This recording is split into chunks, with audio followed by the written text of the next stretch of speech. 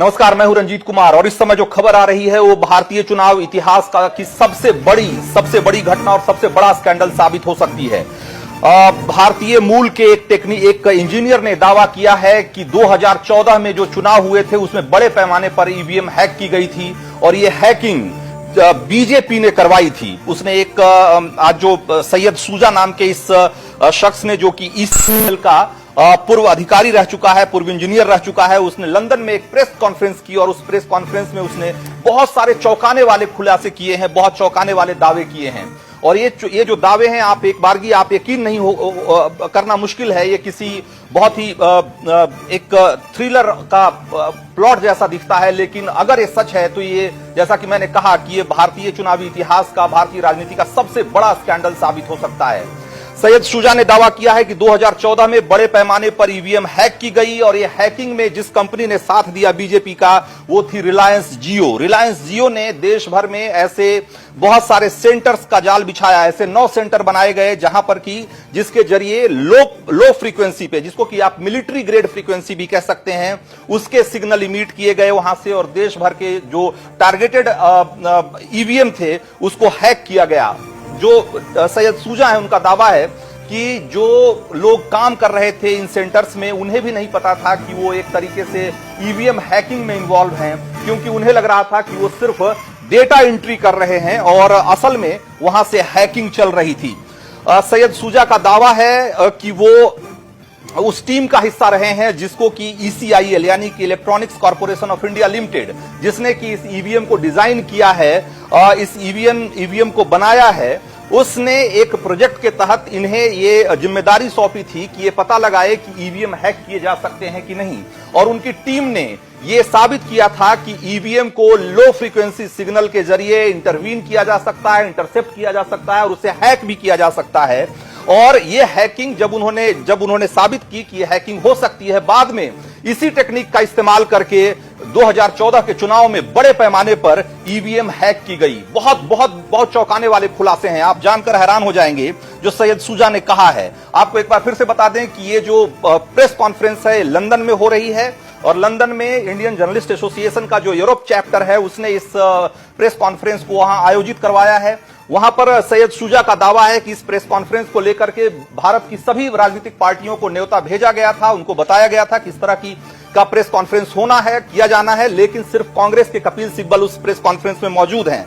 भारतीय मूल के बहुत सारे पत्रकार भी उस प्रेस कॉन्फ्रेंस में मौजूद हैं और वहां पर एक डेमो के जरिए, एक डिमॉन्स्ट्रेशन के जरिए उन्होंने दिखाने की कोशिश की है कि कैसे लो फ्रीक्वेंसी यानी कि मिलिट्री ग्रेड फ्रीक्वेंसी सिग्नल के जरिए ईवीएम में छेड़छाड़ संभव है, उसे हैक किया जा सकता है और उससे चुनाव के नतीजों को प्रभावित किया जा सकता है। सैयद शुजा ने यह भी कहा है कि 2014 में, न सिर्फ 2014 में बल्कि बाद के भी बहुत सारे इलेक्शंस में, जो स्टेट इलेक्शंस थे, वहां पर भी हैकिंग की गई। और उनका दावा है कि इस बार मध्य प्रदेश, छत्तीसगढ़ और राजस्थान में भी नतीजे एकदम अलग होते, बीजेपी यहां जीत जाती, अगर उन्होंने और उनकी टीम ने इसको इंटरसेप्ट नहीं किया होता। जो बीजेपी की तरफ से जो ये हैकिंग की कोशिश की जा रही थी, अगर उसको इंटरसेप्ट नहीं किया होता तो यहां भी नतीजे पलट जाते और बीजेपी के फेवर में जाते। यहां तक कि उनका दावा है कि हमने और उनकी टीम ने बीजेपी के लोगों से इस बारे में बात करने की कोशिश की थी, बल्कि उन्होंने यहां तक स्वीकार किया है कि उनकी टीम ने बीजेपी को ब्लैकमेल करने की कोशिश की थी। और इसी सिलसिले में हैदराबाद के एक सबर्ब में उनकी मुलाकात हुई थी बीजेपी के कुछ नेताओं से, जहां पर कि उन पर हमला हुआ और उनके टीम के ज्यादातर लोगों को गोली मार दी गई। और फिर उसी दिन किशनगढ़ में एक दंगा कराया गया और उस दंगे के विक्टिम के तौर पर उनके टीम के लोगों की बॉडी जो है वो डिस्पोज ऑफ कर दी गई। यह भी बहुत चौंकाने वाला खुलासा है। साथ ही साथ यह भी उन्होंने दावा किया है कि इस हैकिंग के बारे में गोपीनाथ मुंडे, पूर्व केंद्रीय मंत्री और बीजेपी के वरिष्ठ नेता गोपीनाथ मुंडे को सब कुछ पता था और इसीलिए उनकी हत्या की गई। असल में उनकी मौत नहीं हुई थी कार एक्सीडेंट में, बल्कि उनकी हत्या कर दी गई थी। और जब इसकी जांच के दौरान तंजील अहमद नाम के पुलिस अधिकारी को इसका पता लगा और वो इसकी रिपोर्ट फाइल करने वाले थे, तो तंजील अहमद को भी मार दिया गया, उनकी भी हत्या कर दी गई। ये 4 days ago Syed was attacked in the United States and he was unable to take the flight that he was booked on from Newark to London on Saturday night. and arrive here yesterday morning. So we had a bit of a crisis yesterday, but despite the fact that he is clearly injured, and we have managed to persuade him to make an appearance so that he tells his story and you can also put questions to him. So with those words, it's over to you, Syed. Hello everyone, thanks for coming down there. I use Hindi, English, American, British both. So everyone loud and clear?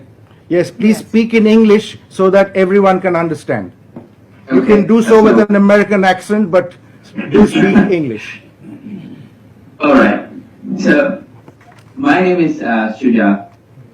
I'm known with many names. You know, some call me Sid, some call me Syed, some call me Rinkesh, some call me Mohit.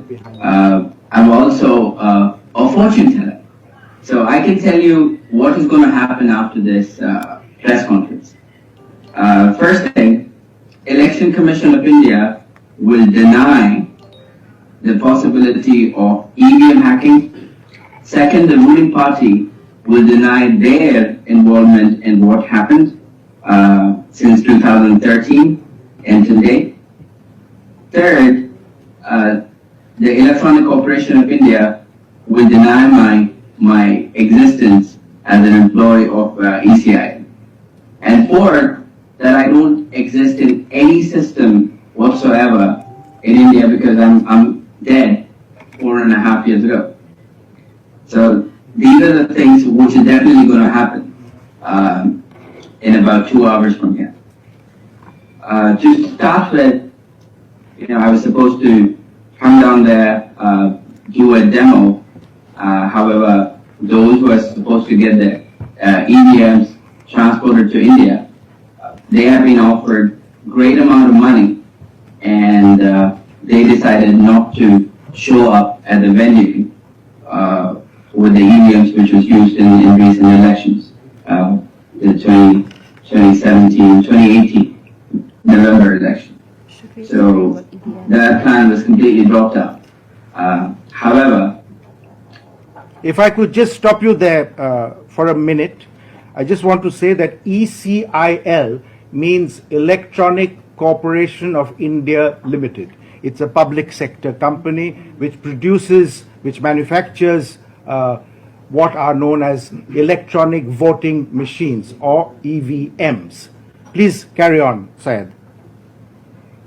so, the EVMs, the ballot. तो हम आपको वो press conference दिखा रहे थे जो कि अब से थोड़ी देर पहले इन लंदन में किया गया और जहां पर कि इस तरह के बहुत चौंकाने वाले दावे किए गए हैं ईवीएम हैकिंग को लेकर के।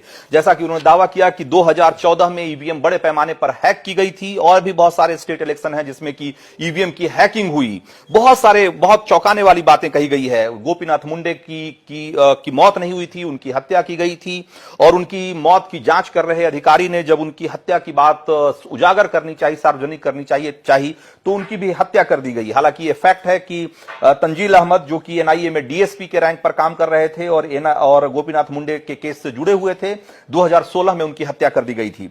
इसके